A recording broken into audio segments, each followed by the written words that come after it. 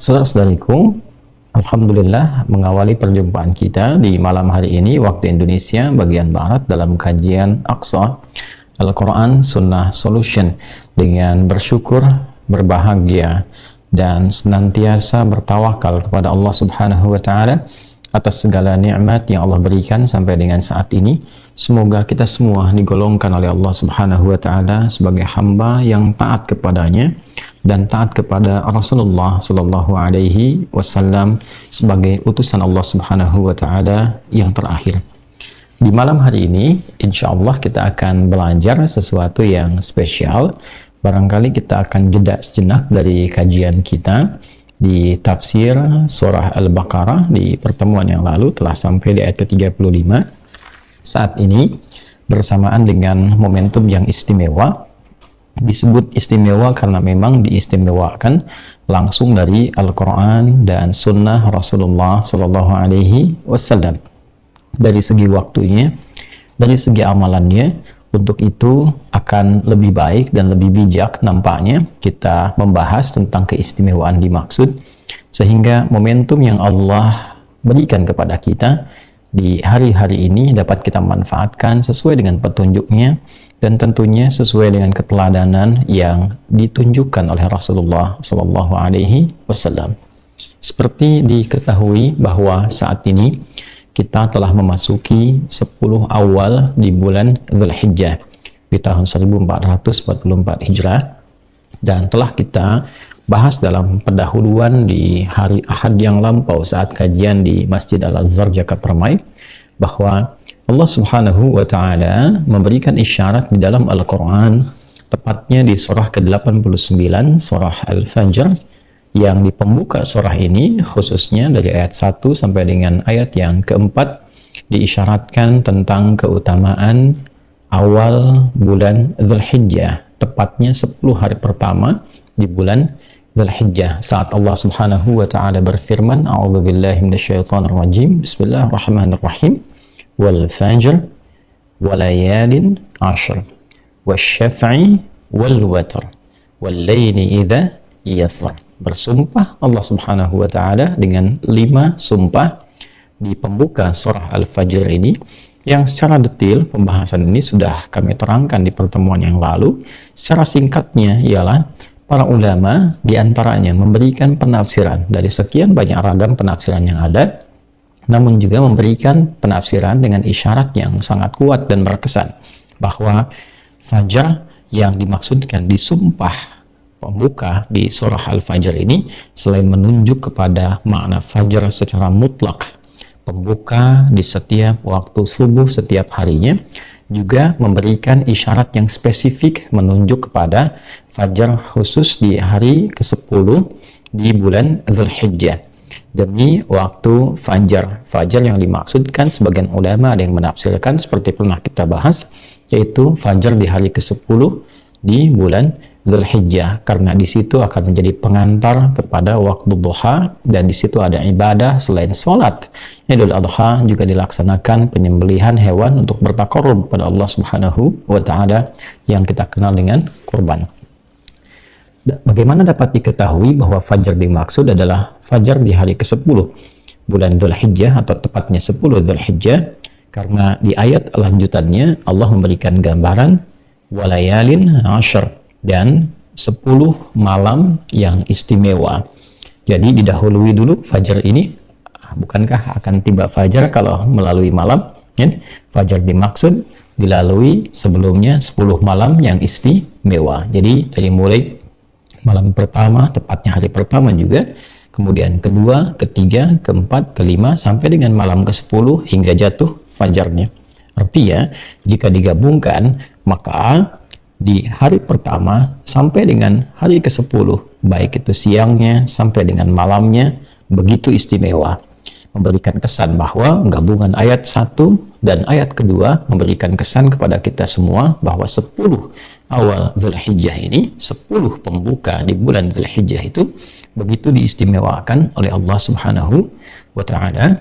Pun demikian, bahkan ganjil dan genapnya, baik itu tanggal 1-nya, tanggal 2-nya, 3-nya, 4-nya, sehingga ada ulama yang memberikan penafsiran wasyaf'i wal watr, dan baik genap ataupun ganjilnya, atau bahkan walayalin ashar, ya, yang sebelumnya 10 malamnya genap dan ganjilnya, kemudian juga ketika tiba waktu malamnya walaili idza yasr, ya, baik malamnya dilakukan banyak beraktivitas itu menjadi istimewa, siangnya beribadah menjadi istimewa, dan itu adalah 10 hari pertama di bulan Dzulhijjah.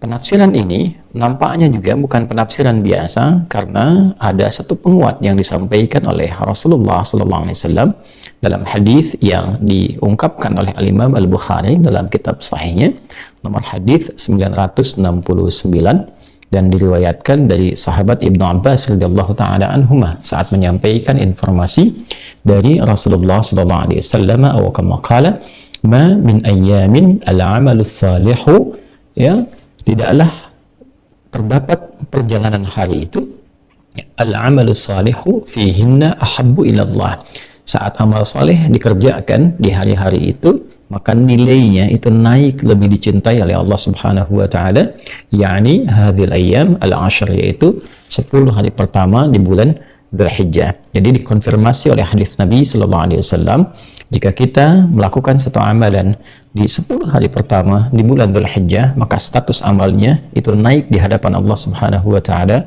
menjadi bukan sekedar amal saleh, tapi jika benar dikerjakan, ikhlas dilakukan, statusnya naik menjadi amal saleh yang dicintai. Sekali lagi, amal saleh yang dicintai oleh Allah Subhanahu wa taala. Qala, sebagian sahabat mengonfirmasi, walal jihadu fi sabilillah ya Rasulullah, atau kama qala, ya Rasulullah, apakah jihad fi sabilillah tidak mampu menandingi keutamaan amalan di hari-hari awal ini, 10 hari pertama bulan Dzulhijjah?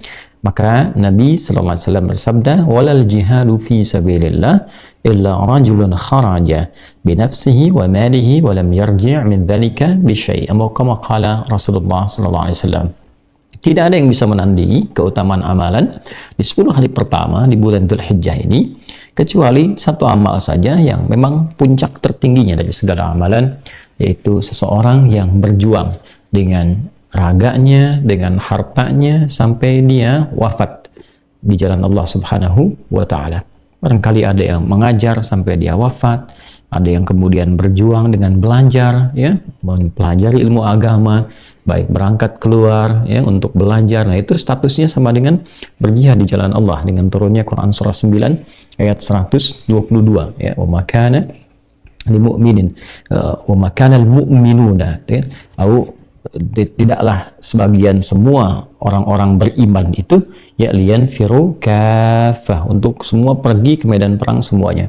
Falaula nafara min kulli firqatin minhum ta'ifah liyatafaqahu fid din wa liyunziru qaumahum idza raja'u ilaihim la'allahum yahdharun, ya, wa ma kana al mu'minuna liyanfiru kaffah, dan tidaklah semua orang beriman itu bergerak semua ke medan juang dengan perjuangan militer. Falaula nafara min kulli firqatin minhum ta'ifah, maka mengapa tidak ada segelintir orang di antara mereka itu liyatafaqahu fid din, yang mengonsentrasikan, memfokuskan dirinya untuk belajar, memperdalam tuntunan agamanya, ya, supaya apa?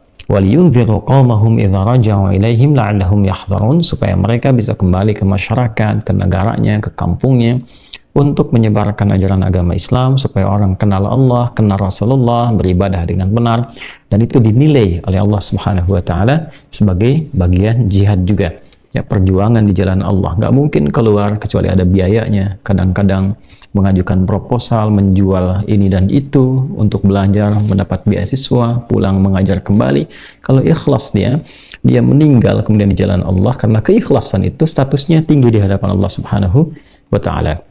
Baik, kembali kepada pembahasan pokok kita, bahwa di 10 awal Dzulhijjah ini ada pelajaran penting yang diisyaratkan dari Al-Quran dan hadis Nabi Muhammad SAW, yang puncaknya adalah pada apa yang kita berikan tema di pertemuan malam hari ini, yaitu boleh jadi ada orang berpeluang mendapatkan mabrur sekalipun dia tidak berkesempatan untuk berhaji di tahun yang dimaksudkan. Tentu bagi yang berhaji ada jaminan langsung dari lisan Rasulullah SAW, seperti diungkap dalam hadis riwayat Al-Bukhari nomor hadis 1773, dan di kitab Sahih Muslim juga ini sudah saya siapkan juga kitabnya nomor hadis 1349. Ada hal yang sangat menarik disampaikan dari sahabat Abu Hurairah radhiyallahu taala anhu dari Nabi sallallahu alaihi wasallam, ya, al-umratu ila al-umrati kafaratun lima bainahuma. Orang kalau menunaikan umrah ke umrah selanjutnya, maka di antara umrah satu ke umrah kedua itu menggugurkan dosa-dosa kecil yang pernah dia lakukan. Ya, otomatis dibersihkan oleh Allah Subhanahu wa taala, kecuali dosa besar yang ia tobati, ya. Kemudian kalau dia tobati, tobatnya sungguh-sungguh, Allah mengampuni dosa yang ia tobati itu berdasarkan keterangan di firman Allah Quran surah ke-39 ayat 53. Saat Allah berfirman, "Qul ya ibadiyalladzina asrafu ala anfusihim la taqnatu min rahmatillah. Innallaha yaghfiru dzunuba jami'a." Hei hamba-hamba Allah, dan viralkan, sampaikan Muhammad SAW ya, kepada hamba-hambaku, duhai hamba-hambaku, jangan pernah berputus asa dari rahmat Allah ketika engkau merasa berbuat dosa yang sangat besar. Ya, aku punya rahmat yang melebihi apapun yang kau bayangkan. Kau mendekat kepadaku, kau minta ampun kepadaku, aku ampuni dosamu. Kalau engkau benar ingin memperbaiki diri dan ingin menjadi pribadi yang lebih baik, sungguh Allah Subhanahu wa taala berpotensi mengampuni semua dosa tanpa kecuali sepanjang seorang hamba mau kembali kepada Allah dan berjanji berkomitmen menjadi hamba yang lebih baik dibandingkan dengan sebelumnya. Maka di antara etika untuk mendapatkan itu, ada orang berikhtiar lewat umrah mendekat ke Baitullah. Karena itu ketika sampai di Hajar Aswad, ya, dia menangis, merasakan banyak salahnya, kemudian dia tersujud, dia sungkur, ya, dengan dia bertawaf sebelumnya, tawaf, dan dia bermohon kebaikan kepada Allah. Saat sudah menunaikan semua itu, ya, dia bersujud, sungkur, setelah tawaf, kan 2 rakaat, kemudian salat sunnah itu, ya, minta ampun dan minta kebaikan kepada Allah. Berpeluang didapatkan ampunan Allah Subhanahu wa taala. Kemudian lanjutan hadisnya, wal hajjul mabrur laisa lahu jazaa'un illal jannata. Dan haji mabrur itu, ingat kalimatnya, dan haji mabrur. Jadi bukan orang yang berhajinya, bukan wal hajjul mabrur, bukan, ya, dan bukan juga kalimatnya wal hajjatul mabrur, tapi wal hajjul mabrur, menunjuk kepada sifat, menunjuk kepada pekerjaan yang dilakukan. Ini memberikan kesan bahwa jika semua yang berhaji itu menunaikan hajinya, aktivitas hajinya, pekerjaan hajinya, dari mulai wukufnya, kemudian tambahkan ke Muzdalifah, lantar jamaratnya, kemudian juga tawaf ifadahnya, kemudian juga balik sampai mabitnya, semua benar dikerjakan, ya, benar dilakukan, maka apa yang terjadi? Jika semua itu mampu merubah dia menjadi lebih baik, hajjul mabrur laisa lahu jazaa'un illal jannah, maka tidak ada satupun balasan yang setimpal. Makanya tidak menggunakan alif lam. Laisa lahu jazaa'un di riwayat Muslim, ya. Ini yang saya baca di riwayat Muslim, saya sudah baca sebelumnya. Ya, laisa lahu jazaa'un, tidak ada pahala-pahala yang senilai. Kenapa menggunakan di situ nakirah, bentuknya umum?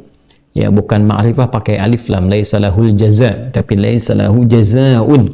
Ya, karena ingin dikomparasikan dengan amal-amal soleh lain yang banyak dilakukan.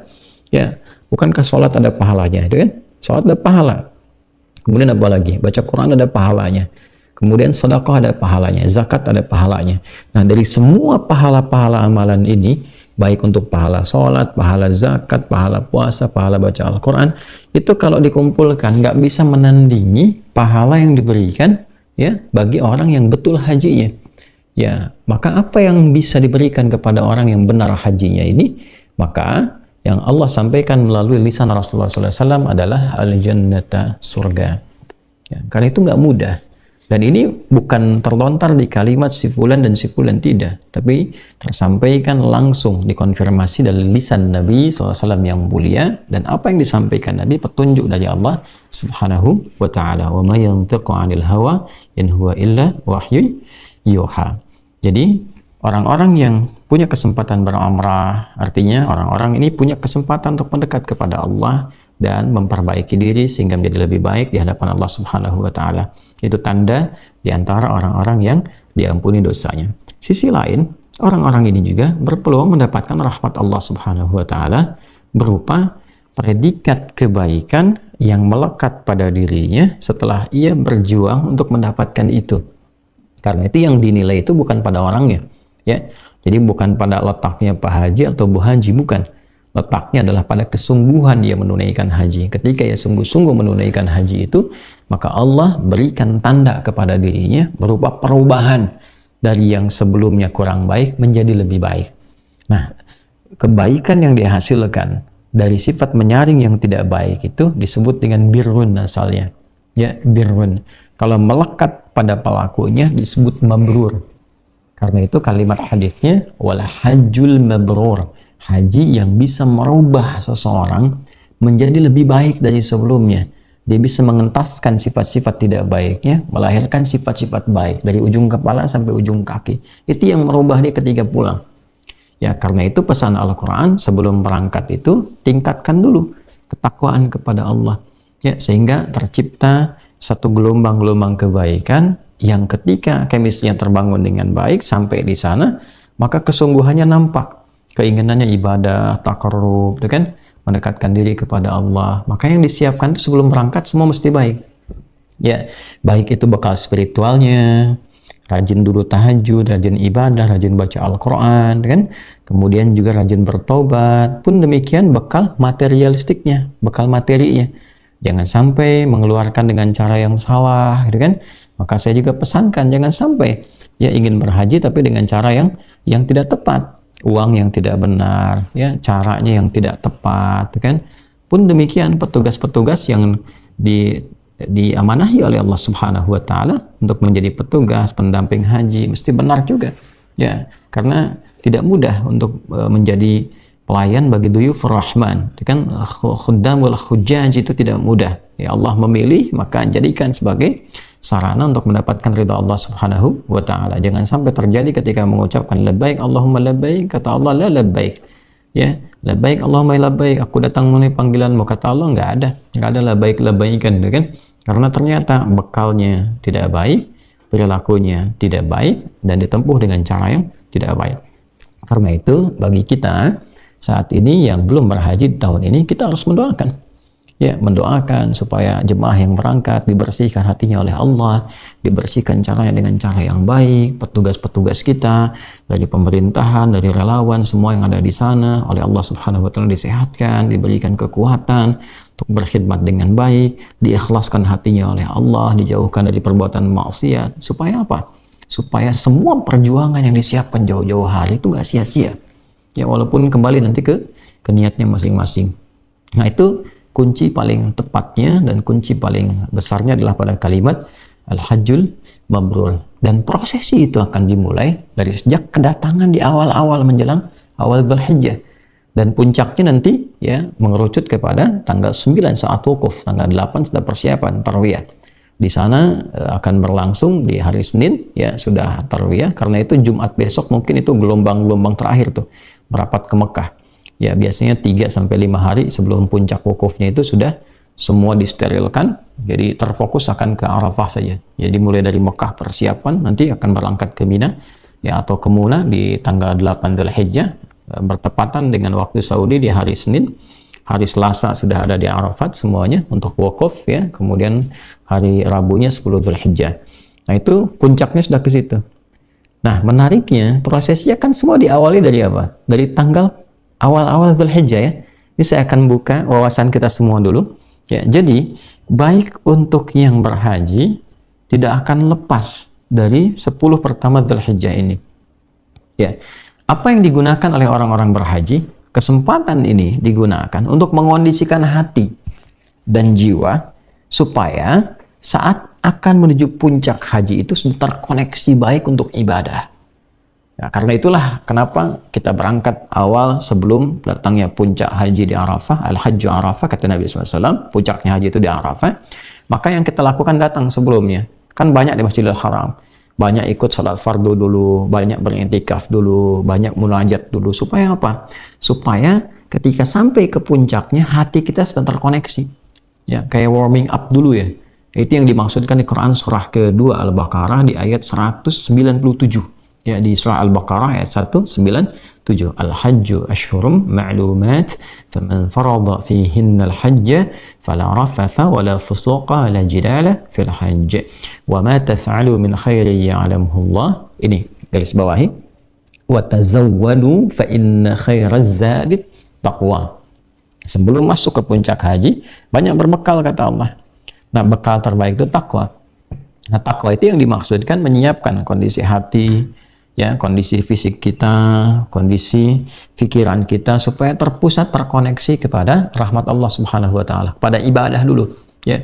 Ingat-ingat apa yang mau dimintakan dalam doa, diistighfari, hal-hal yang perlu kita renungi, dicatat sebelum ke Arafat. Sehingga setelah sampai di Arafat itu kita optimal bisa ibadah. Ya, dari sejak berangkat malamnya semalam ke-9 sudah ada di sana. Ya, sudah mabit malamnya, sudah bersiap untuk persiapan wukuf keesokan harinya tanggal 9. Begitu waktu zawal tiba, ya, waktu zuhurnya tiba, kemudian di jama, ya, zuhur dengan asar. Setelah kemudian berlangsung juga khutbah wukufnya, lalu kemudian dimulai wukuf. Nah, mulainya wukuf nggak mungkin bisa optimal memulai itu kalau hari-hari sebelumnya tidak disiapkan untuk itu. Jadi nggak mungkin bisa hari ke-9 tuh wukuf kalau nggak ada hari ke-8 persiapan, hari ke-7, hari ke-6, hari ke-5. Dan kita baru bisa sadar untuk menyiapkan itu ketika masuk hari pertama. Nah, karena itulah puncaknya di hari ke-9 sudah siap karena terkoneksi diri, ya, dengan Allah Subhanahu wa taala dalam bentuk ibadah tentunya, ketaatan yang baik, sekaligus dalam konteks hablum minan nasnya kita sedang mengoreksi diri. Hubungan dengan orang tua apa, hubungan dengan keluarga bagaimana, dengan kerabat seperti apa, kita kumpulkan untuk dievaluasi. Sehingga ketika sampai di Arafah, kita mengenal Allah, ma'rifatullah, mengenal diri kita, ma'rifatun nafsi, mengenal sekitaran kita, ma'rifatun nas. Kalau sudah seseorang mengenal Allah dengan baik, sehingga penghambaan kepadanya optimal, bertobat, ia memohon petunjuk, mohon kebaikan. Ma'rifatun nas, dia kenal orang-orang yang terkait dengan kehidupannya selama ini. Dia mendoakan kebaikan. Kadang-kadang ada pesan-pesan doa dia mohonkan kepada Allah. Dia taubati, ya, dosa-dosa yang terkait dengan lingkungan sekitarnya. Lalu setelah itu dia kenal dirinya. Apa sifat yang dominan bagi dirinya yang kurang baik, yang menjauhkan dia dari Allah, yang selama ini yang membuat dia selalu malas dalam menunaikan sholat, tertinggal dalam berjamaah misalnya, jarang ingin dekat dengan Al-Quran, ya, berinteraksi, jarang menunaikan puasa dan sebagainya. Dia merasa diri, kekurangan saya penyebabnya ini. Ini yang menyebabkan saya sering terpleset, ya. Maka dari itu setelah itu nanti, setelah bertekad dia tahu, pergilah ke Muzdalifah. Ya, berangkat biasanya dari mulai ba'da maghribnya, kemudian berangkat, ya, sudah ke Muzdalifah, dia membawa batu untuk dia lontari sifat-sifat yang dia rasakan kurang baik pada dirinya. Itu sebabnya kenapa jumrah yang pertama itu di Aqabah Wusta dengan ulahnya nggak dilontar, karena Aqabah itu gambaran dari pribadi seseorang, gambaran dari nafsunya. Nah, sedangkan nafsu itu sifat hewani yang kadang-kadang melekat pada diri manusia, itu disebut dengan sifat fujur. Wa nafsi wa ma sawwaha fa'alhamaha fujuraha wa taqwaha. Begitu dilontar di hari ke-10 itu persis, ya. Lontar fajar hari ke-10, lontar dan dia membacakan kan pada saat itu bismillahi Allahu akbar kan? Tadi kan, ya. Bismillahi Allahu akbar, lontar. Bismillahi Allahu akbar, lontar. Kan itu refleksi dari dirinya sendiri. Maka apa yang terjadi setelah itu? Setelah selesai dia menghadap ke arah kiblat, dia bacakan Inni wajjahtu wajhiya lilladzi fataras samawati wal arda hanifan muslima wa ma ana minal musyrikin. Inna salati wa nusuki wa mahyaya wa mamati lillahi rabbil alamin la syarika lahu bidzalika umirtu wa ana minal muslimin wa ana awwalul muslimin. Dia bertekad akan jadi pribadi yang lebih baik. Nah, inilah pengantar mabrur yang pertama. Setelah dilontar, dia merasakan ada ketenangan dalam jiwanya, hilang sebagian sifat-sifat kurang baiknya, dia menghadap kiblat, bertekad kepada Allah ingin berubah. Saat itulah dia berangkat ke Ka'bah untuk tawaf ifadah. Ya kan? Setelah itu nanti akan mabit di Muna, ya, atau di Mina semalam, 2 malam. Setelah merasakan perubahan lebih baik, dia bisa tinggalkan nafar awal, selesai hajinya, atau kemudian dia sempurnakan di hari ketiga, nafar akhir, selesai hajinya, dan merubah dia berpikir jernih lebih baik daripada sebelumnya. Itulah haji mabrur. Pertanyaannya, bagi kita yang tidak berhaji, misal, atau di tahun ini kita tidak berhaji, mungkinkah kita meraih sifat mabrur itu dengan perjalanan 10 hari, persis seperti orang-orang haji menyiapkan sampai ke puncak haji tanggal 9, pembersihan tanggal 10, dan ditambah 2-3 hari untuk menyempurnakan. Mungkinkah kita mendapatkan itu semua? Kita akan temukan jawabannya setelah menunaikan surat Isya berjamaah, karena di sini sudah masuk waktu Isya. Kita lanjutkan ba'da Isya. Subhanakallahumma wa bihamdika, asyhadu an la ilaha illa anta, nastaghfiruka wa natubu ilaik. Alhamdulillahirabbil alamin. Assalamualaikum warahmatullahi wabarakatuh. Saudara-saudariku, tersambung kembali lewat kajian Aqsa spesial Al-Quran Sunnah Solution spesial di awal di bulan Dzulhijjah 1444 Hijrah ini.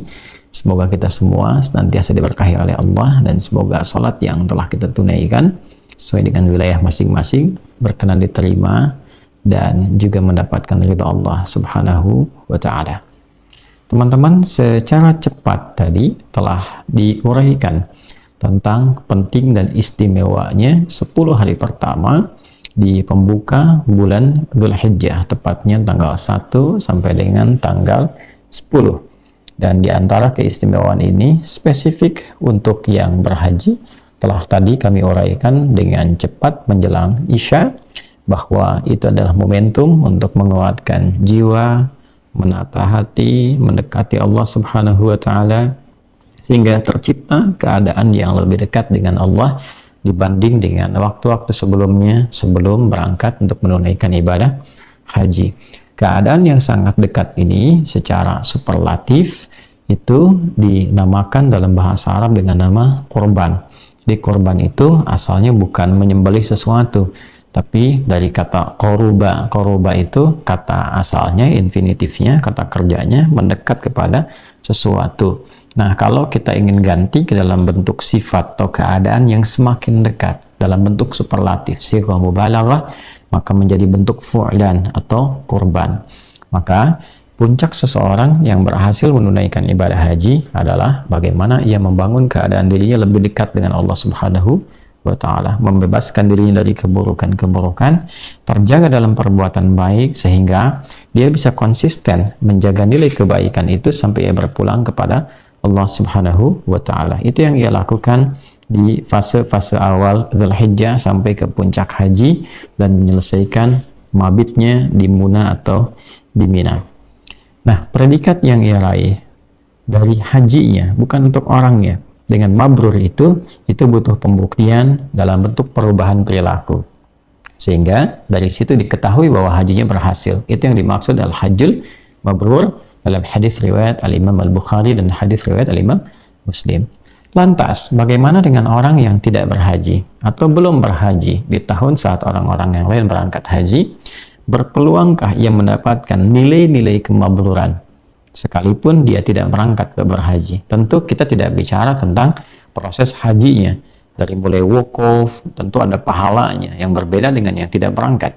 Dari mulai kemudian ke Muzdalifah, di sana mabit sejenak, berzikir, kemudian berangkat untuk lontar jumrah, Aqabah, dan seterusnya sampai akhir selesai. Kita tidak bicara tentang proses ritual yang setiap ritual itu ada pahalanya. Kita berbicara tentang value-nya, nilai kemabruran seseorang. Apakah mungkin seseorang menjadi pribadi yang lebih baik, mendapatkan mabrur, mengisi dirinya dengan kebaikan sehingga dia merasa lebih dekat dengan Allah dan mengikis semua sifat-sifat buruknya? Itu yang coba kita bincangkan di malam hari ini. Mungkinkah itu bisa diraih di waktu yang sama, di kesempatan yang sama, dalam bentuk ritual yang berbeda? Berita baiknya adalah alhamdulillah, tsumma alhamdulillah, tsumma alhamdulillah. Kita bersyukur dan memuji Allah Subhanahu wa Ta'ala karena melalui petunjuk dan lisan Rasulullah SAW kita pun diberi kesempatan yang serupa dari waktunya untuk berpeluang meraih sifat-sifat kebaikan, sifat-sifat yang dilukiskan dalam hadis tadi dengan kata-kata mabrur. Sosok yang berhasil mengentaskan sifat buruknya sehingga meresapkan sifat-sifat baik yang baru ke dalam dirinya, dia meraih birrun dan melekatkan pada dirinya sehingga menjadi mabrur. Dan menariknya, waktunya dibentangkan di waktu yang sama di awal Dzulhijjah dari tanggal 1 ke tanggal 10 puncaknya, kemudian sifat kurbannya diteruskan ke tanggal 11, 12, dan 13-nya di waktu yang sama persis dengan orang-orang yang berhaji. Teman-teman sekalian, bila kita ingin urutkan dari segi waktu terlebih dahulu, dari segi waktu, maka kita mendapati persamaan waktu dari tanggal 1, 2, hingga kemudian tanggal 10, dan saya akan tuliskan 9, lalu saya kotaki di sini. Teman-teman yang menyimak uraian kita menjelang Isya tadi, dan memang saya sengaja paparkan dengan cepat, karena waktu yang sangat terbatas, kita ingin mengambil satu kesimpulan cepat sehingga esensinya mudah kita pahami.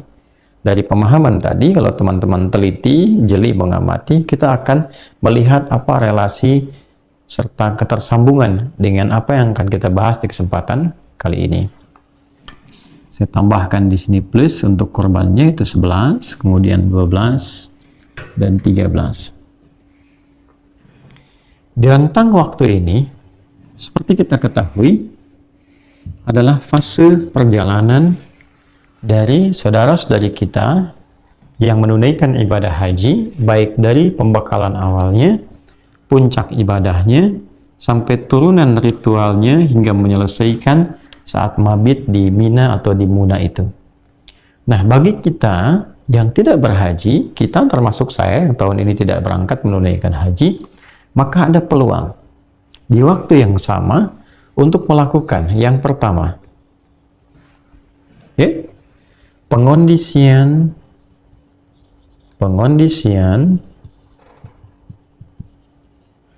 jiwa kita secara spiritual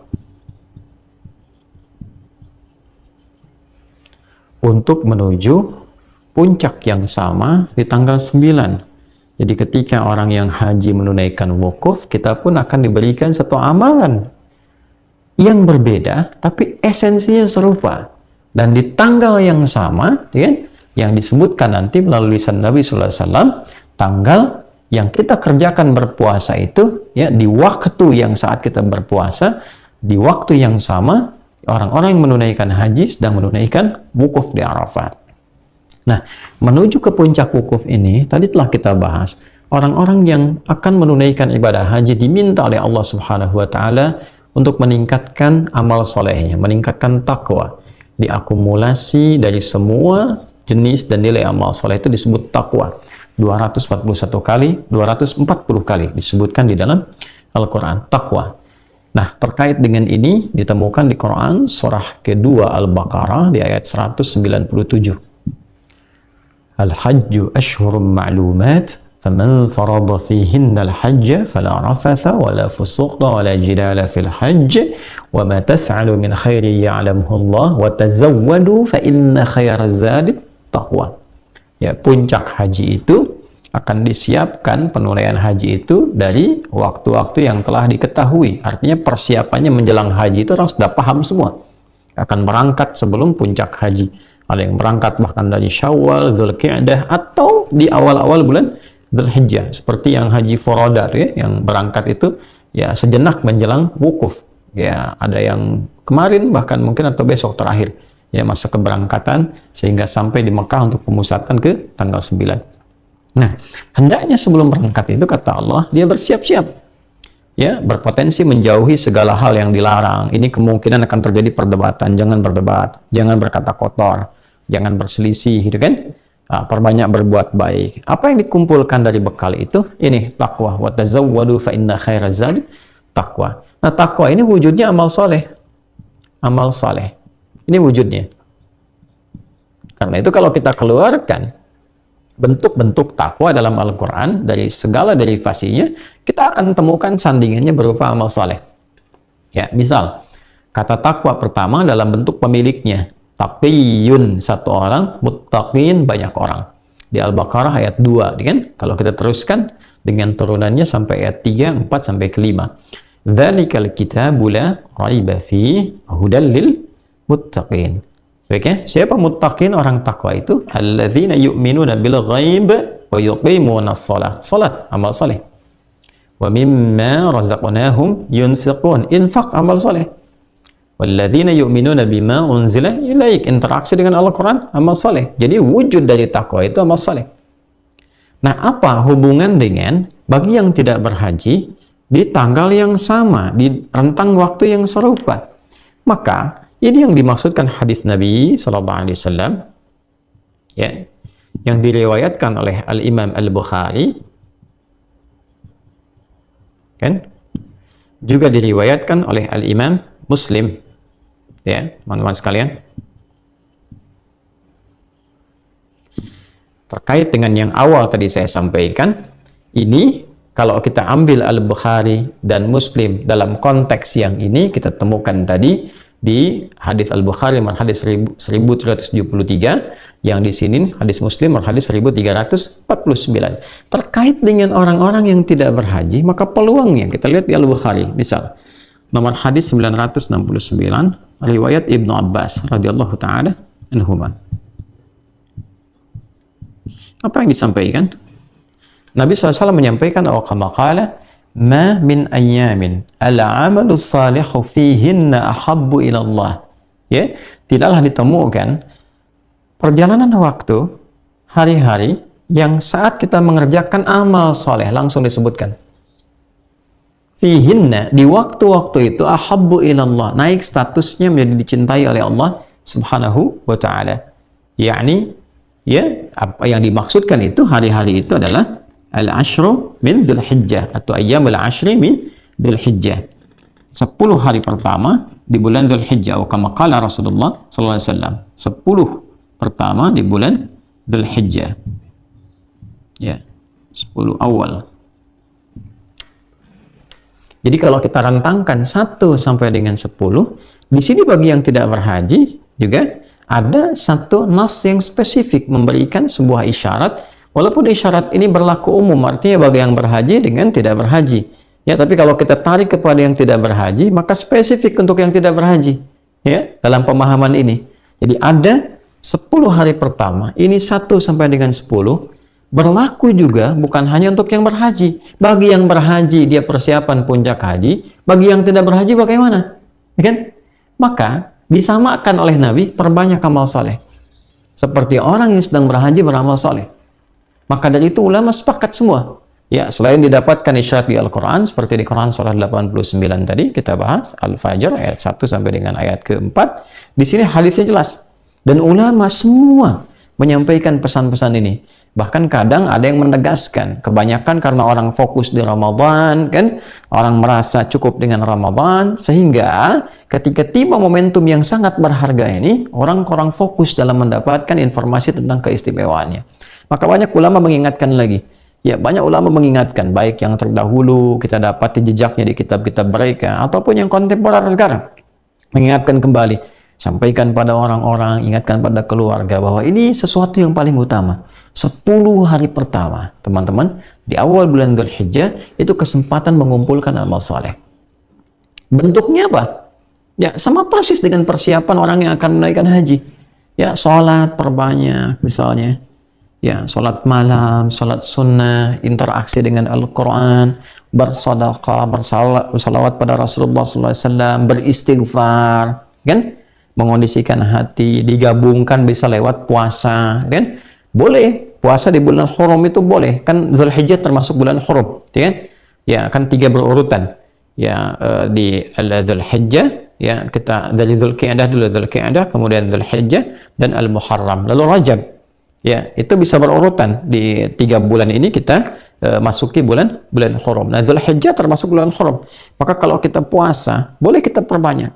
Hari pertama misalnya sudah berlewat, kan? Ya, alhamdulillah hari kedua kita mau puasa, boleh. Hari ketiga istirahat, keempat puasa lagi, boleh. Atau kita runtutkan 1, 2, 3, 4, tidak ada masalah. Ya, untuk memperbanyak puasa itu. Niatnya apa? Ini, melatih hati, mengumpulkan amal saleh. Nah, untuk apa?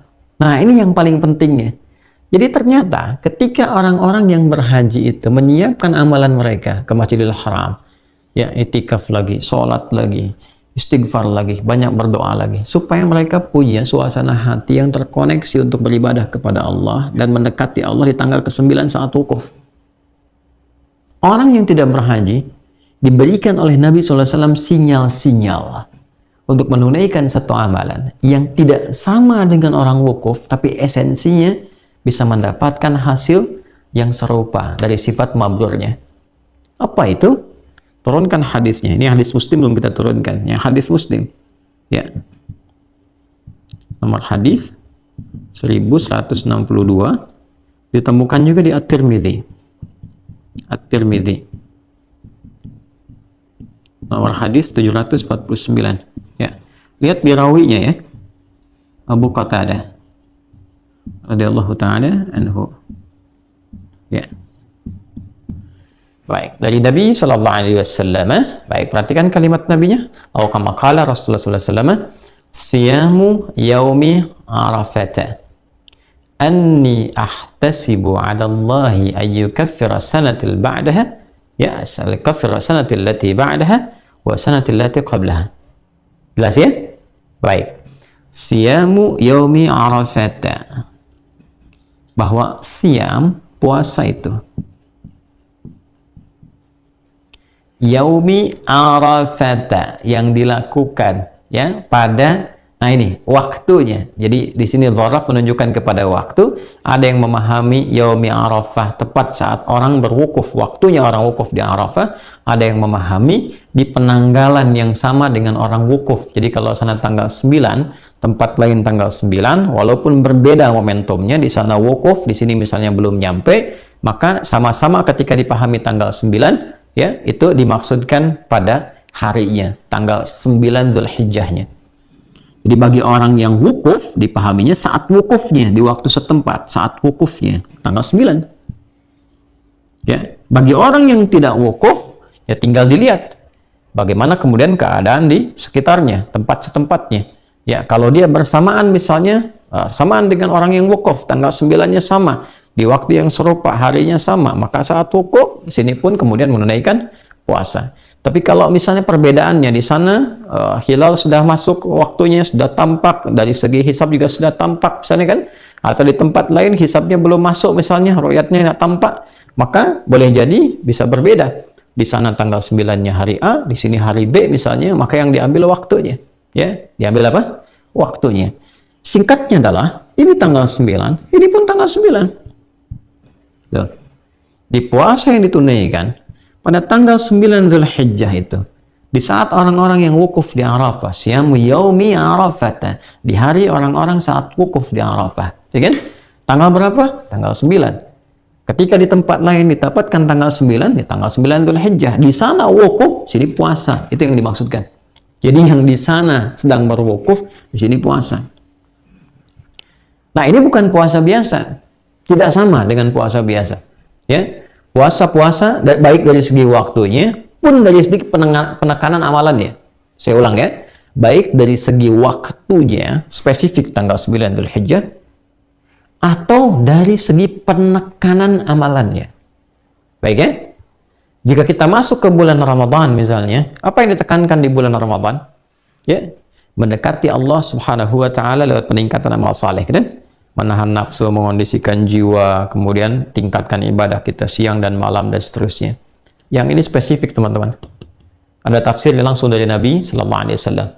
Apa tafsiran dari Nabi? Perhatikan kalimatnya. Anni ahtasibu 'ala Allah Subhanahu wa taala. Sungguh aku berharap pada Allah Subhanahu wa taala, di antara pahala dari puasa ini adalah yukaffiru sanatil lati qablahu atau ba'daha, di riwayat Muslim ya. Dan juga di At-Tirmidzi wasanatil lati qablahu. Jadi aku berharap bisa menggugurkan dosa-dosa setahun. Ya. Gugur dosa setahun yang akan datang, oke, dan setahun yang berlalu, telah berlalu. Saya akan agak pelan-pelan menerangkan di sini. Keutamaan puasa tanggal 9 Dzulhijjah. Bila orang berhaji, dia berwukuf di sana. Orang yang tidak berhaji, dia berpuasa. Dan di sini inti haji, al-hajju Arafah. Dan di sini inti untuk mendapatkan mabrur bagi orang puasa. Kata Nabi, orang-orang yang berpuasa di tanggal 9 Dzulhijjah ini, ya kan? Aku sangat berharap kepada Allah untuk memberikan pahalanya, keutamaannya, ya kan? Selain pahala yang Allah berikan berupa nilai-nilai kebaikan, keutamaannya apa? Ya, yukaffiru sanatil lati ba'daha wa sanatil lati qablaha. Atau kama qala Rasulullah sallallahu alaihi wasallam, bisa menggugurkan, menghapuskan dosa-dosa setahun yang akan datang. Nah, ini bagaimana memahaminya nih? Ya? Dan setahun yang berlalu. Ini mungkin kita bisa pahami nih. Kan?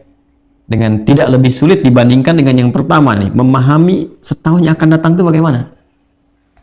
Nah, jangan keliru memahami bahwa kalau sudah puasa tanggal 9 Dzulhijjah itu bebas dari dosa setahun. Ini bahaya. Kan? Bahaya kalau pemahamannya begitu. Ntar orang korupsi dianggap biasa saja karena udah bebas dari dosa. Ya kan? Nyuri sendal bahkan di masjid dianggap biasa. Karena apa? Karena merasa sudah diampuni dosa. Bukan itu yang dimaksudkan. Yang dimaksudkan adalah, perhatikan baik-baik, orang yang puasa di tanggal 9, dia memusatkan amalan untuk introspeksi, muhasabah, seperti orang yang wukuf di Arafah. Ini kuncinya. Di saat orang wukuf di Arafah, dia mengenal dirinya, mengenal Allah Subhanahu wa Ta'ala, mengenal lingkungannya, memahami kenapa dia sebelumnya jauh dari Allah, mengoreksi diri, introspeksi dirinya, muhasabah. Makanya dia banyak bertobat, banyak istighfar kepada Allah Subhanahu wa Ta'ala, banyak berdoa, banyak memohon kebaikan. Nah, di saat yang sama, ketika orang tidak berhaji, dia puasa. Di tanggal 9 ini, dia melakukan hal yang serupa dengan orang haji. Apa yang dia lakukan? Dia introspeksi diri. Dia bermuhasabah, dia merenung. Ya, walaupun dia tidak wukuf seperti orang haji, ya, tapi di tempatnya saat dia menunaikan puasa itu dia mengoreksi dirinya, mengevaluasi dirinya. Apa perjalanan setahun ke belakang minimal yang bisa direview? Hubungan dia dengan Allah misalnya yang kurang, dia bermunajat, kurang mendekat kepada Allah, kurang rakaat dalam salat, tuntutan dunia banyak, tapi bekal akhirat sedikit. Kewajiban menunaikan perintah Allah tidak terlaksana dengan baik. Dia evaluasi, apa yang membuat kita selama ini jauh dari Allah? Apa yang menghambat saya menunaikan sholat dengan baik? Bangun malam untuk dekat dengan Al-Quran. Apa yang menghambat itu semua? Introspeksi diri. Introspeksi. Dan ini nggak mungkin bisa dilakukan kalau nggak ada persiapan dari sebelumnya. Makanya tanggal 1 Dzulhijjah, 2 Dzulhijjah itu penting dibangun persiapan supaya tanggal 9 optimal. Karena penekanannya di sini. Penekanannya di sini. Jadi nggak mungkin orang tanggal 9 tuh bisa puasa dengan baik. Kalau cuma nahan lapar dan haus bisa ya. Nahan lapar dan haus dari mulai ya fajar sampai dengan maghrib, insya Allah bisa dilakukan. Tapi kalau menjalani puasanya seperti ini dan introspeksi diri, menata diri lebih baik, melihat tautan-tautan dengan sekitarannya, memperbaiki, mendekati Allah dengan ya semaksimal yang bisa dia lakukan, itu nggak mungkin bisa dilakukan tiba-tiba tanggal 9 begitu, nggak bisa. Kecuali ada persiapan sebelumnya. Dia tingkatkan bacaan Qur'annya. Dia latihan puasa sebelumnya. Sehingga puncaknya ketika tanggal 9 Dzulhijjah. Puasa dia di momentum ini, dia merasakan kenikmatan yang tidak dirasakan sebelumnya. Di titik itulah kemudian muncul kesadaran untuk mendekati Allah Subhanahu wa Ta'ala. Maka apa yang terjadi? Ya, saat dia punya kesadaran, dia merasakan kedekatan lebih dengan Allah ketika dia berbuka, suasana lebih tenang, lebih nyaman. Dan saat merasakan kenikmatan, kenyamanan, kebaikan itu dia bertakbir persis sama seperti orang meninggalkan padang Arafah menuju Muzdalifah. Dia berzikir, ya berzikir. Fa idza afadtum min Arafatin fadhkurullaha 'indal masy'aril haram. Kalau kamu sudah selesai di Arafah, kata Allah, ya coba dicek di Quran surah Al-Baqarah, ya dari ayat 198 sampai 199 itu, 198 ya, laisa 'alaikum junahun an tabtaghu fadlan min rabbikum fa idza afadtum min Arafatin fadhkurullaha 'indal masy'aril haram. Kalau kamu telah selesai di Arafah, segera bergegas ke Masy'aril Haram, ke Muzdalifah sambil berzikir. Dia bertakbir, dia bertasbih, dia bertahmid. Sama persis. Kenapa dia berzikir?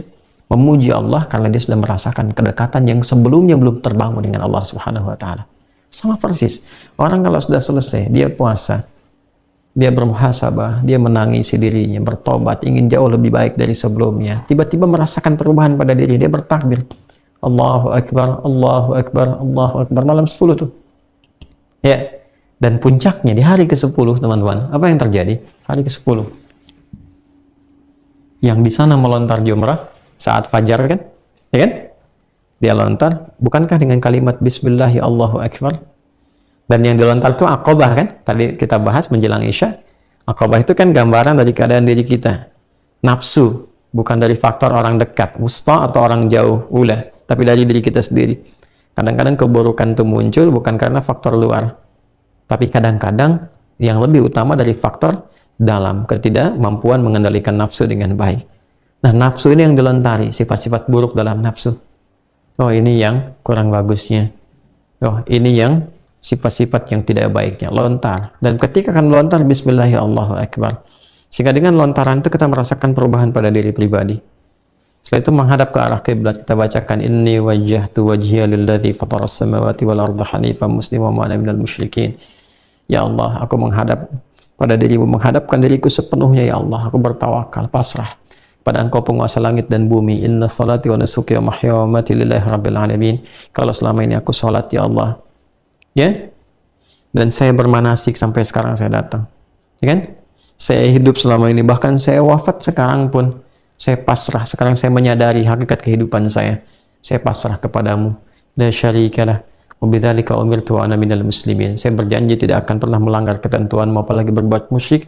Sejak saat ini saya akan berjanji mematuhi dirimu ya Allah, mematuhi segala perintahmu, taat kepadamu, ya kan?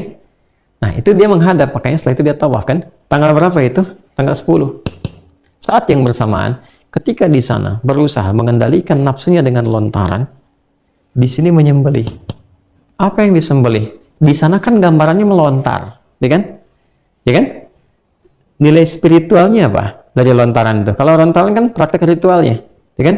Gambarannya kan melontar itu, ya kan? Itu kan syariatnya melontar. Tapi hikmah di balik itu apa? Yang dilontarkan nafsunya, itu yang diperbaiki. Makanya jamarat kan gambaran dari godaan-godaan setan itu. Yang pertama digoda kan nafsu dirinya itu. Ya, la'anahullah la'attakhidanna min ibadika nasiban mafruḍa. Setan saat dilaknat oleh Allah, dia mengatakan, aku akan menggoda bagian dari diri manusia, itu nafsunya. Itu ada di An-Nisa ayat 118 sampai 119 tuh. Digoda tuh. Nah, itu yang dilontar. Supaya godaan-godaan setan itu bisa diminimalisir, dihilangkan sifat buruk, yang muncul baiknya. Nah, sama persis.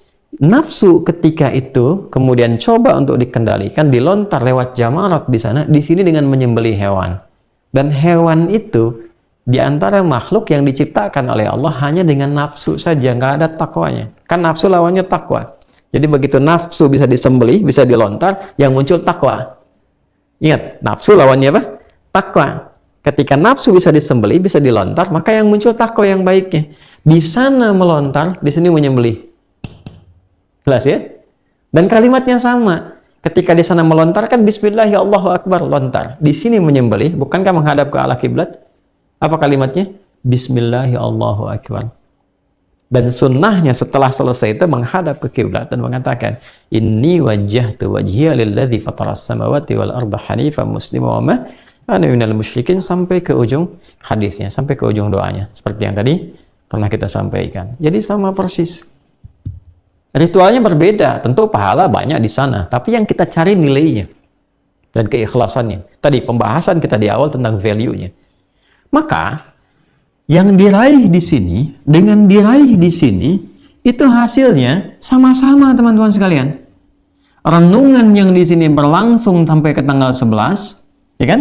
Kemudian 12, ini kan pulang nanti setelah dia lontar yang Aqabah saja, ya kan? Kemudian dia beristirahat ke maktab, kadang ada yang langsung ke Ka'bah, dia tawaf ifadah, lalu bersiap kan tanggal 11 mabit kan di Munah. Untuk apa? Persiapan merenung lagi apa yang belum bersih di hati ini, lontar lagi ke jamarat. Merasa belum bersih, balik lagi tanggal 12 lontar lagi. Merasa sudah bersih, dia pulang, selesai hajinya. Dengan Itu yang dimaksud Al-Baqarah di ayat 203 itu. Ya. Wadhkurullaha fi ayyamin ma'dudat. Faman ta'ajjala fi yawmin fala itsma alaihi. Kalau memang merasa sudah bersih, ini di hari yang kedua ini, ya, silahkan selesaikan. Wa man ta'akhkhara fala itsma alaihi liman ittaqa. Dan bagi yang ingin meneruskan hari yang ketiganya, teruskan sampai nafar akhir, ya kan? Enggak ada masalah. Liman ittaqa, bagi yang merasa takwanya sudah muncul. Jadi bukan sekedar nunggu di Muna, berangkat yuk lontor, balik lagi berangkat, bukan begitu. Ada merasa perubahan pada dirinya. Limanit taqa, bagi yang merasa takwanya sudah muncul, nafsunya ditekan. Nah, bagi yang tidak berangkat haji, sama persis yauman nahri, kan? Hari tasyriknya nih, sampai hari ke-13 kan, sama. Mungkin ada yang nyembelih tanggal 10-nya setelah sholat, mungkin ada yang nyembelih tanggal 11, tanggal 12, sampai tanggal 13. Tapi yang paling menarik apa? Baik yang di sana, ataupun yang di sini, di akhirnya adalah terjadi peningkatan takwa yang membuat dia lebih dekat dengan Allah. Nah, keadaan seseorang yang merasa lebih dekat dengan Allah dari sebelumnya, itu dalam bahasa Arab disebut dengan korban namanya. Korban dari kata koruba. Ya, ini intinya. Bukankah saat menyembelih kita katakan ini sedang korban? Ya kan? Korban apa? Sapi. Korban apa? Kerbau. Korban apa? Kambing, domba, dan sejenisnya. Esensinya bukan pada hewannya. Esensinya apa?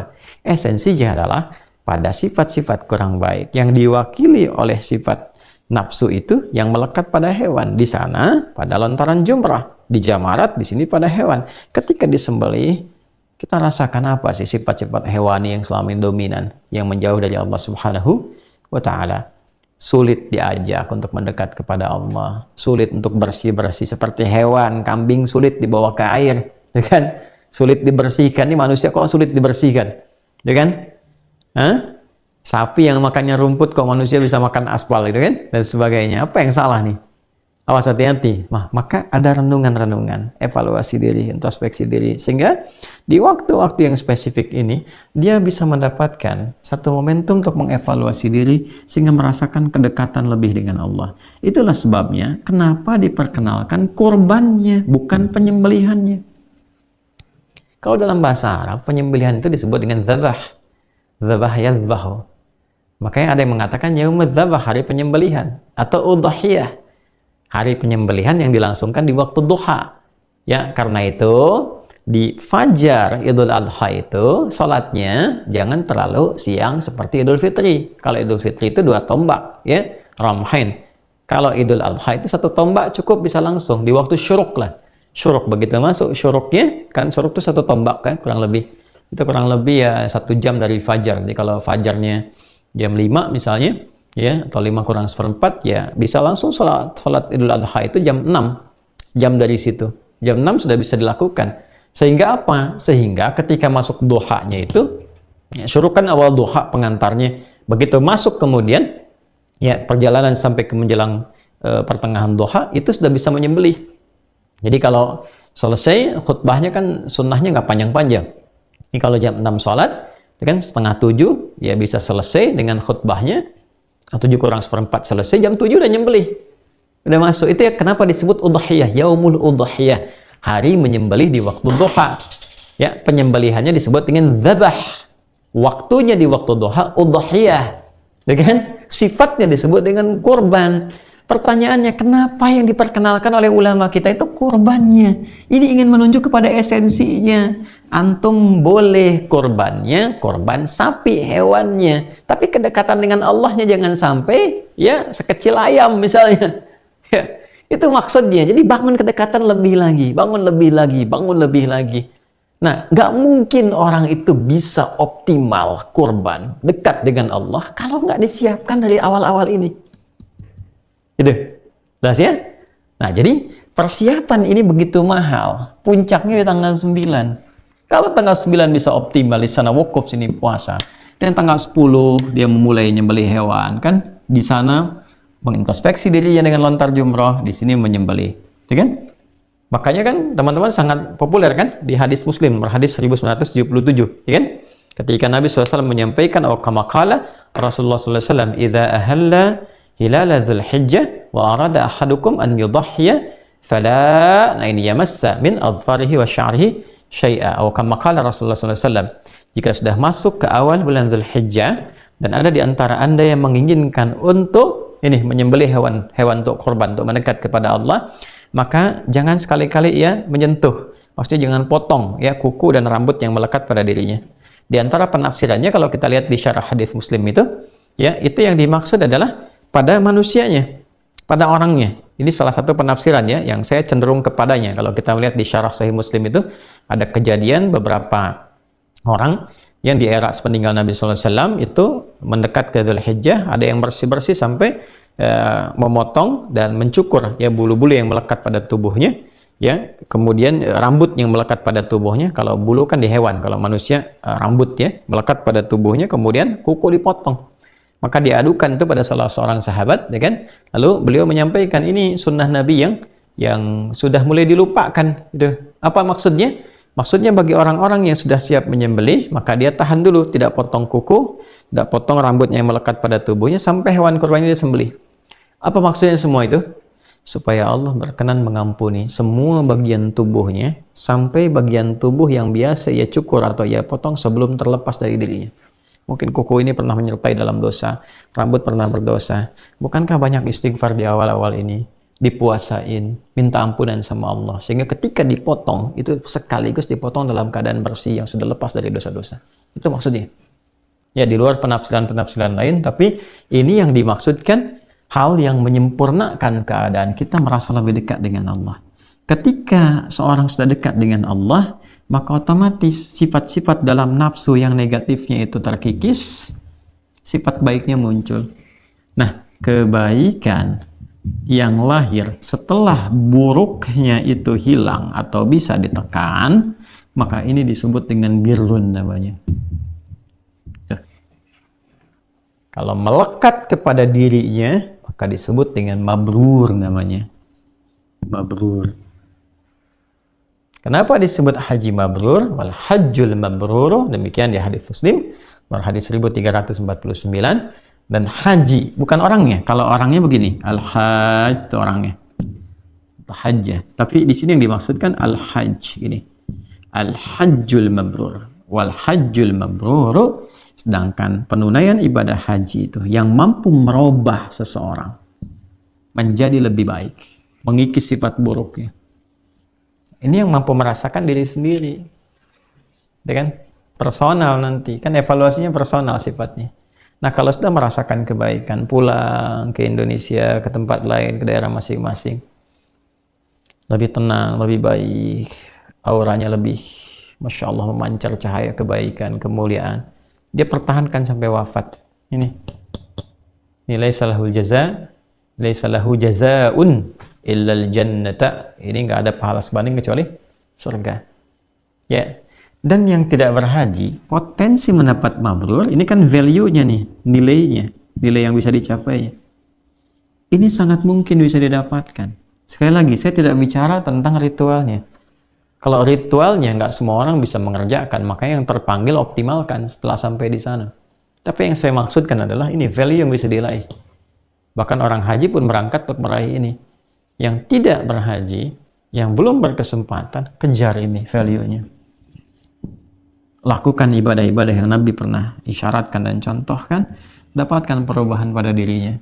Ketika mampu mendapatkan perubahan pada diri itu dan menjadi lebih baik dari sebelumnya, maka itu yang saya maksudkan, dia mendapatkan mabrur sekalipun dia belum berangkat menunaikan haji. Nah, ini teman-teman sekalian, yang menjadikan 10 hari pertama bulan Dzulhijjah itu begitu istimewa dan nilainya tinggi sekali. Sampai ada yang menyifati bahwa bahkan dibandingkan dengan Ramadan pun ini bisa ada keunggulan yang tidak bisa disamai dengan Ramadan. Ya, tentu Ramadan punya keunggulan, khususnya di malam Al-Qadarnya misalnya, okay? Tapi di sini ada keunggulan lain yang nggak bisa dicapai saat Ramadan.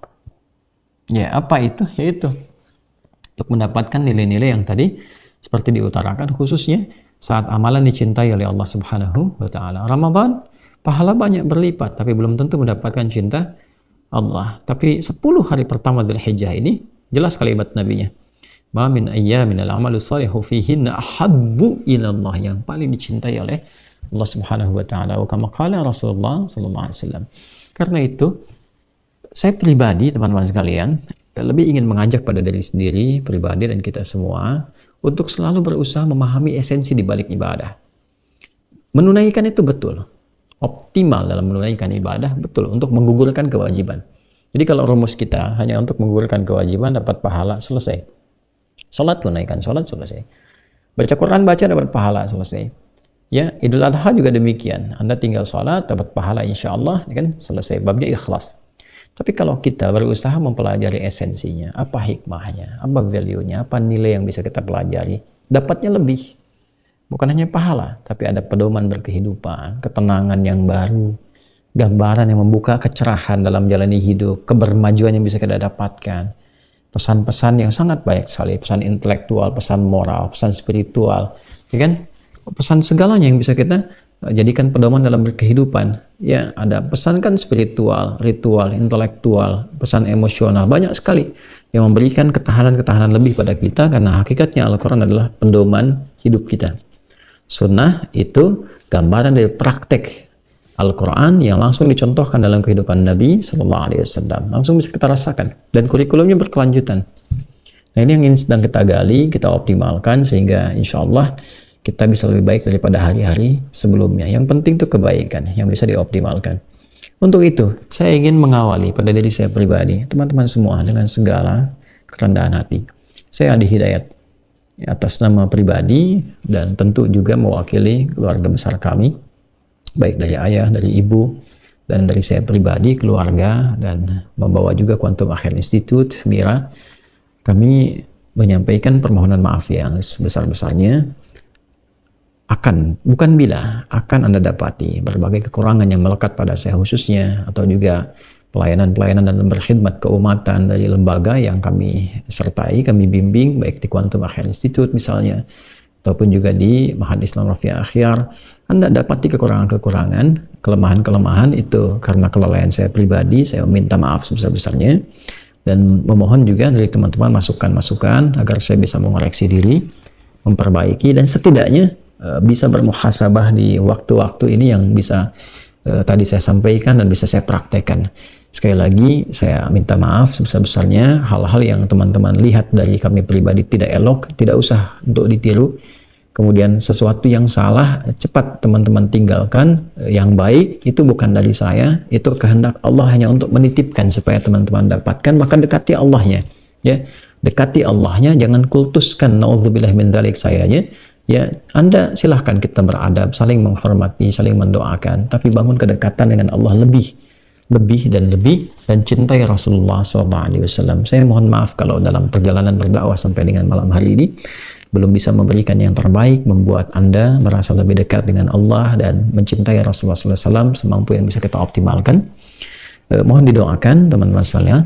Kemudian yang kedua, saya juga ingin mengajak pada kita semua untuk saling mendoakan. Ya, doa kita bisa paling optimal di hari-hari ini. Masya Allah, kita doakan yang pertama untuk teman-teman yang berhaji dari semua wilayah, baik dari Indonesia ataupun luar Indonesia. Semoga Allah menerima haji mereka, memudahkan, meringankan, mengikhlaskan, dan membersihkan dari segala hal yang buruk, baik dari bekal-bekal yang dibawa pun juga dari apa yang dilakukan di sana.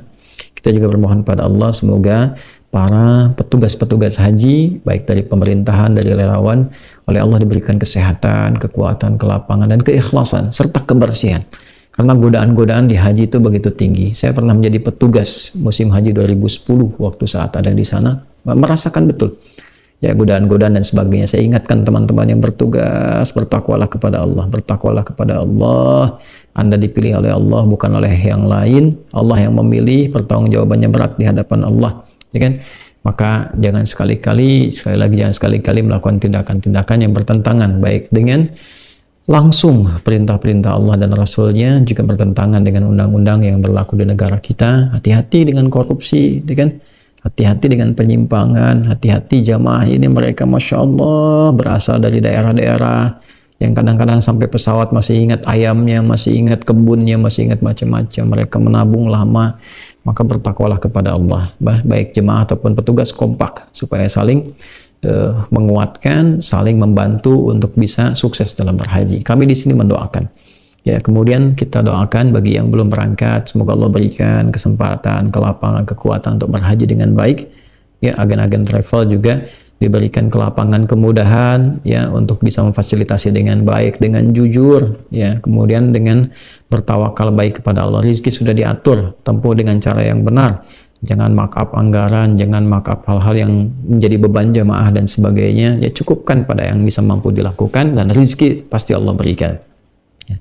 Kita doakan juga di kesempatan-kesempatan kali ini waktu-waktu baik ya. Kita doakan penyelenggara negara di pemerintahan, legislatif, yudikatif, kemudian eksekutif, semuanya Allah berikan hidayah supaya semua menjadi orang-orang baik, punya kebijakan yang baik, dekat dengan Allah, dimuliakan oleh Allah. Negeri kita dijaga dalam kebaikan, kedamaian, ketentraman, kerukunan.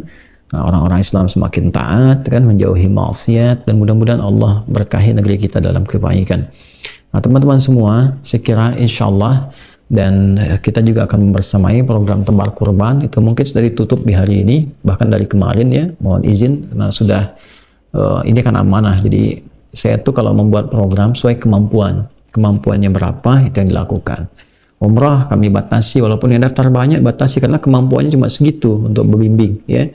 Nah, karena itu kita coba tingkatkan lebih baik, supaya membimbing lebih baik. Nah, di kurban ini nggak sembarangan, juga siapkan panitia, pendampingan, sampai ke daerah dipastikan benar nyembelihnya, kita adakan Zoom. Nah, kemampuannya hanya di kuota-kuota sekian. Maka yang telah terdaftar, saya minta kepada semua panitia, ingat jaga amanah Allah Subhanahu wa Ta'ala, jaga amanah Allah, lakukan dengan jujur, dengan semangat ya, dan tebarkan dengan baik sesuai dengan haknya masing-masing, dan berikan edukasi yang baik ya kepada sahibul korban supaya bisa mendapatkan bagian dari hak mereka untuk dekat dengan Allah Subhanahu wa Ta'ala. Dan bagi yang berkorban, jangan merasa difasilitasi, ini ibadah Anda ya. Kita tidak memfasilitasi dalam konteks duniawi dan sebagainya. Ini karena Anda ibadah, kami bantu ya. Maka jangan memberikan respon-respon berlebihan ya, karena ini sedang dibantu. Maka ikhlaskan dan permudah sehingga merasa lebih dekat dengan Allah Subhanahu wa Ta'ala dalam kebaikan. Teman-teman, insya Allah kita nanti akan Zoom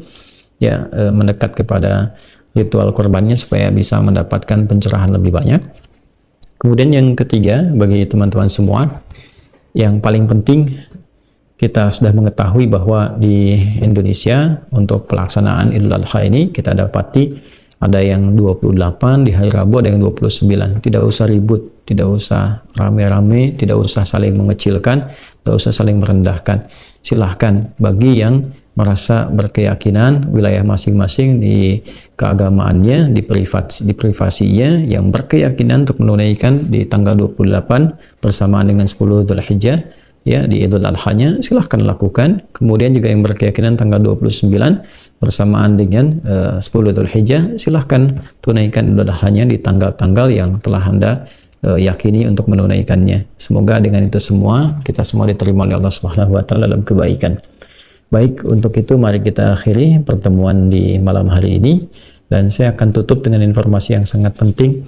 Alhamdulillah, tsumma alhamdulillah, tsumma alhamdulillah. Kemarin saya dari lahan pesantren, sertifikatnya sudah saya terima langsung dari notaris dan dari perwakilan juga BPN yang selama itu membersamai sampai beliau pensiun. Terima kasih, saya sebut namanya Pak Wahyu dan Bu Wita, notarisnya. Terima kasih banyak, semoga Allah berikan limpahan pahala dan semua yang berkontribusi.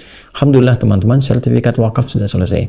Jadi betul-betul pesantren itu wakaf, dari tanahnya sampai bangunannya, dari semuanya. Dan saya meminta kepada adik-adikku yang sedang kami utus belajar di luar, tolong bersungguh-sungguh. Pulanglah kalian jadi ulama, lebih baik dibandingkan dengan saya mengajar saat ini.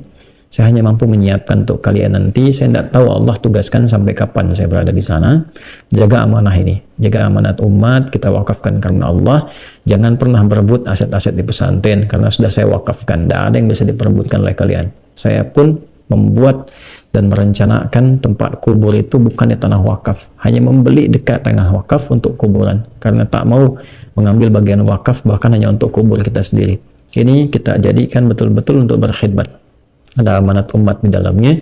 Dan insya Allah Kiai pun dalam waktu dekat saya sudah mengundang kepala BPN ya untuk menjadikan Kiai pun wakaf insya Allah ya, gedung Kiai, At-Taisir, kemudian fasilitas-fasilitas, ya kecuali mungkin kitab yang masih saya baca, baju yang masih saya pakai, itu mungkin kita masih kenakan, tapi fasilitas yang lain insya Allah itu kita wakafkan ya dengan izin Allah Subhanahu wa taala. Nanti ada gedung, ada inventarisir sampai ke meja, bangku, ini kamera semua ya, masuk kendaraan-kendaraan nanti sudah kita siapkan semua wakaf. Saya berkeinginan kita menginspirasi dan benar-benar kita beribadah ya, tujuan kita beribadah dan kita mendapatkan ridha Allah Subhanahu wa taala. Semoga itu nanti berkelanjutan, bisa diteruskan lagi oleh orang-orang setelahnya, dan semoga Allah menerima semua amal ibadah kita dan menjadikan ijazah sampai kita kembali pada Allah dalam kebaikan. Allahumma taqabbal minna innaka antas samiul alim wa tub alaina innaka antat tawwabur rahim. Allahumma aslih lana ya arhamar rahimin wa aslih ummat sayyidina Muhammad sallallahu alaihi wasallam. Allahumma ighfir ummat sayyidina Muhammad sallallahu alaihi wasallam, ighfir lana fi dhunubana wa fi walidina. Ya Allah, waghfir ummat sayyidina Muhammad sallallahu alaihi wasallam. Allahumma arham ummat sayyidina Muhammad sallallahu alaihi wasallam. Allahumma irhamna warham walidina warhamar rahimin al-ahya minna wal amwat. Allahumma ya Allah farij umat sayyidina Muhammad sallallahu alaihi wasallam, farij akhwalana ya Allah, farij mu'minin wal mu'minat, muslimin muslimat fi kulli makan. Rabbana atina fid dunya hasanah, fil akhirati hasanah wa qina adzaban nar. Sallallahu alaihi wasallam Muhammad wa ala alihi wa sahbihi ajma'in. Wa akhiru da'wana subhanakallahumma wa bihamdika asyhadu an la ilaha illa anta nastaghfiruka wa natubu ilaik. Walhamdulillahi rabbil alamin. Assalamualaikum warahmatullahi wabarakatuh.